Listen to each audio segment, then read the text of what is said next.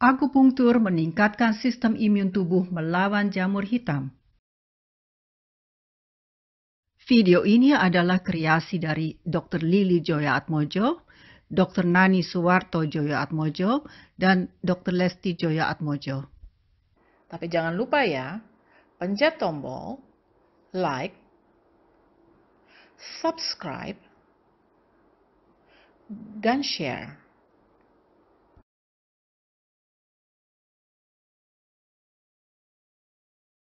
Sebelumnya, kita harus memahami secara umum mekanisme sistem kekebalan tubuh yang normal. Sistem kekebalan tubuh dibagi menjadi dua bagian, yaitu sistem imun bawaan yang didapat sejak lahir atau yang dinamakan innate immune system, dan sistem imun yang didapat setelah tubuh mengalami infeksi, adaptive immune system.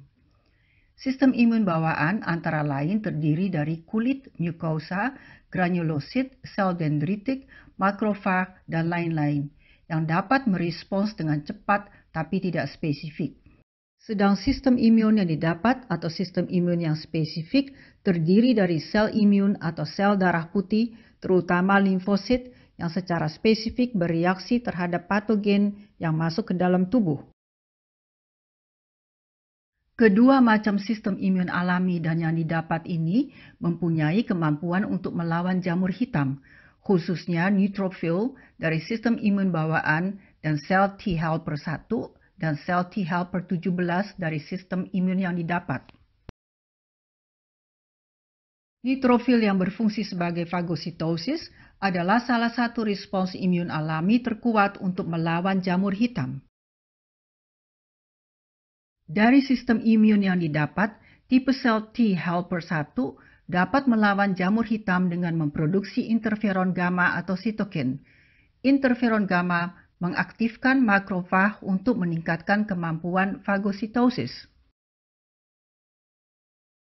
T helper 17 adalah subtipe dari sel T pembantu atau yang dinamakan T helper cell.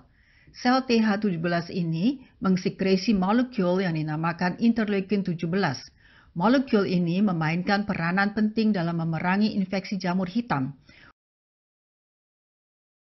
Saat infeksi jamur hitam, sel dendritik dan makrofag memproduksi IL-6 atau yang dinamakan interleukin 6 dan TGF-beta atau yang dinamakan Transforming Growth Factor Beta sebagai sinyal untuk mengaktifkan T helper cell menjadi T helper cell 17 demi melawan jamur hitam. Akupunktur terintegrasi diterapkan untuk meningkatkan sistem kekebalan tubuh. Akupunktur bekerja dalam beberapa aplikasi klinis terkait peningkatan sistem kekebalan dalam melawan eksterior patogen. Seperti kita ketahui, rangsangan jarum yang menimbulkan mikrotrauma berpengaruh pada neurotransmitters seperti dopamin, serotonin, endorfin, sitokin, dan lain-lain. Mekanisme neurobiologis dari akupunktur dapat melancarkan sirkulasi darah dan cairan tubuh, mendorong sekresi ginjal, berpengaruh pada kesehatan sumsum tulang, organ, dan jaringan yang terlibat dalam sistem kekebalan tubuh. Akupunktur dapat memperkuat sistem pertahanan di permukaan tubuh. Seperti yang diuraikan di atas, patogen yang dalam hal ini jamur hitam berhadapan dengan sistem imun bawaan dalam lapisan kulit dan mukosa.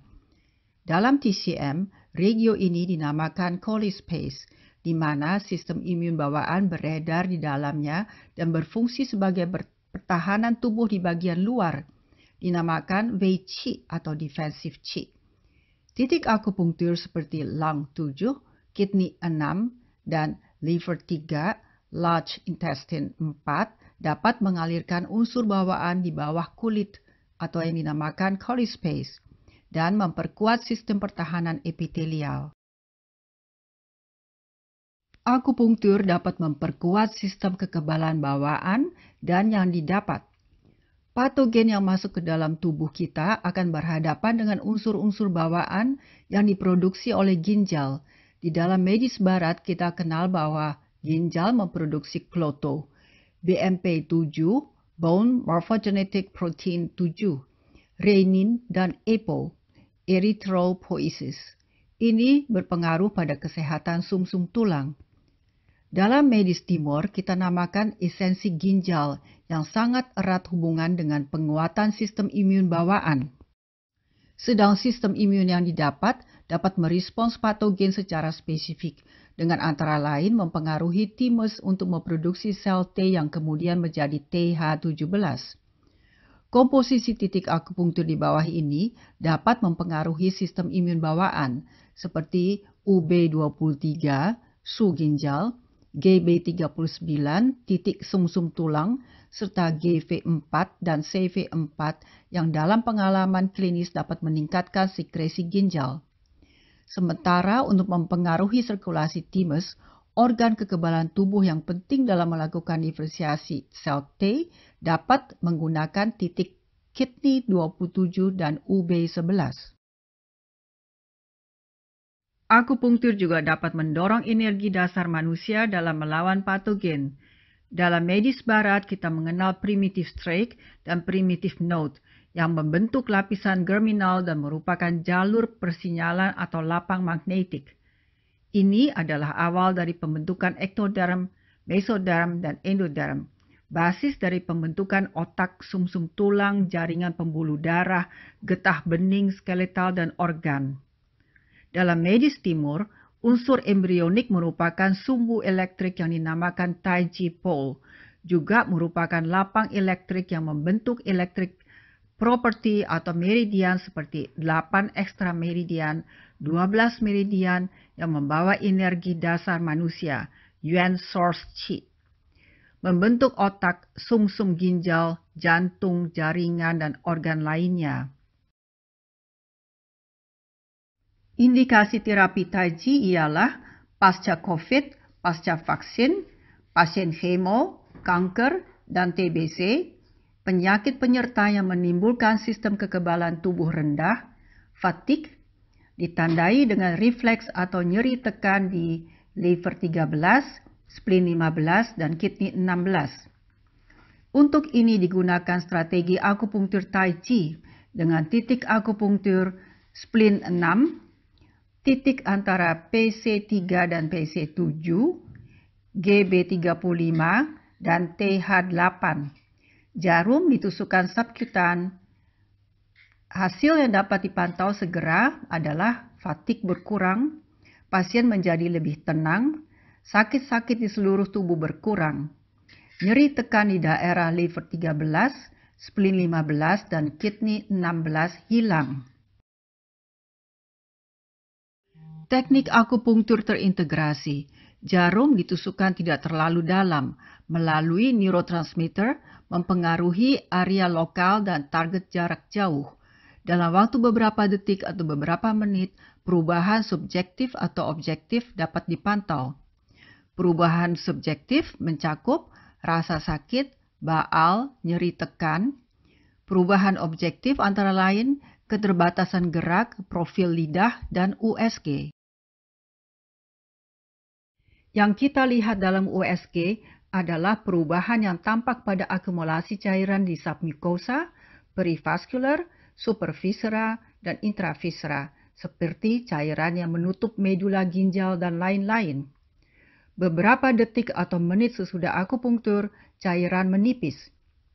Saat kekebalan tubuh melemah, biasanya ukuran limpa dan liver mengecil. Beberapa detik dan menit setelah akupunktur, ukuran limpa dan liver menjadi normal. Sekarang kita beri kasus sebagai contoh. Pasien laki-laki umur 40 tahun dengan keluhan beberapa bulan ini sering letih, malam-malam meriang, sering mengalami gangguan pencernaan, diare atau tidak tercerna, suhu tubuh normal, tetapi lengan dan bagian atas tubuh panas. Riwayat penyakit dulu, malaria. Dalam pemeriksaan terakhir tidak ditemukan parasit falciparum lagi, parasit yang menyebabkan malaria. Pemeriksaan fisik, lidah agak pucat, terutama pinggir lidah, nadi lemah dan dalam. Refleks zona, rasa nyeri tumpul saat ditekan di liver regio dan subcostal kiri, dan juga nyeri tekan tajam di perut bagian kiri bawah. Pemeriksaan tambahan, pemeriksaan kadar enzim liver agak meningkat. Kolesterol total dan LDL dan trigliserida agak tinggi. Tes darah malaria negatif. USG. Dalam pemeriksaan USG sebelum akupunktur terlihat ukuran liver lebih kecil dari normal dan juga terlihat perivaskular edema, penumpukan cairan di sekitar pembuluh darah. Untuk melihat feedback dari akupunktur terintegrasi dapat dilihat dari USG pasien tersebut sebelum dan sesudah diakupunktur pada hari yang sama. Pada gambar nomor 1, terlihat ukuran liver lobus kiri lebih kecil dari ukuran normal, yaitu 4,27 cm.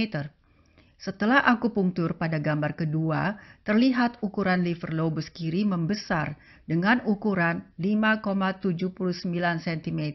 Ini adalah ukuran normal. Berikut ini USG pasien yang sama yang menunjukkan perivaskular edema atau penumpukan cairan di sekitar pembuluh darah. Dapat dilihat pada ukuran yang tertera di sini. Sebelum akupunktur, ketebalan dinding pembuluh darah 0,86 cm. Setelah akupunktur, ketebalan dinding pembuluh darah menipis menjadi 0,57 cm. Strategi akupunktur yang digunakan adalah mendorong biliary system dan hepatic duct system. Post-akupunktur, penilaian secara subjektif, rasa begah dan kembung berkurang. Penilaian secara objektif, lidah memerah, nyeri tekan di regio liver dan bagian perut bawah kiri hilang. USG, liver menjadi lebih besar dengan ukuran normal. Perivaskular edema menipis. Masih banyak strategi akupunktur dengan tujuan meregulasi sistem kekebalan tubuh. Strategi ini bertolak dan ditentukan dari dasar konstitusi seseorang dan penemuan klinis. Kita akan bertemu di YouTube lainnya dengan tema yang berbeda tentang akupunktur terintegrasi.